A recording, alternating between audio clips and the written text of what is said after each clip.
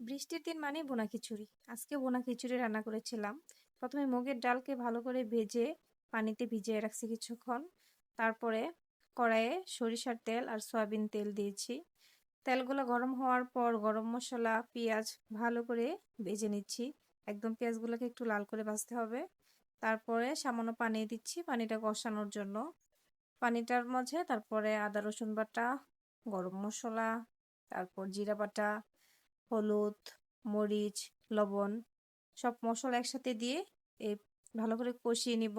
একদম উপরে যেন তেল তেল হয় এমন ভাবে কষিয়ে নিতে হবে। এটা কিছুক্ষণ কষানো হতে হতে আমি চাল আর ডাল ভালো করে ধুয়ে নেব।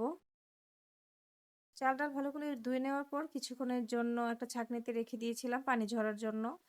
একটা বাটিতে লেবু আর গুঁড়া দুধ দিয়ে টক দই বানিয়ে নিয়েছি। এই পর্যায়ে টক দইটা দিয়ে দিব। এখন যে চাল ডালগুলো রেখে দিয়েছিলাম পানি ঝরানোর জন্য, সেই চাল আর ডালটা দিয়ে দিব এখানে। চাল ডাল দেওয়ার পরে ভালো করে মিশিয়ে নিব অনেকক্ষণ পর্যন্ত। মিশানোর পরে যখন নিচে পানিটা শুকিয়ে আসবে তখন গরম পানি রেখেছিলাম আমি পরিমাণ মতো, গরম পানি দিয়ে দিব। গরম পানিটা দেওয়ার চেষ্টা করবেন, গরম পানি দিলে তাড়াতাড়ি রান্নাটা হয়ে যায়। কিছু আস্ত কাঁচামরিচ দিয়ে দিলাম। এখন আর একটু ভালো করে নাড়াচাড়া দিয়ে নিচ্ছি।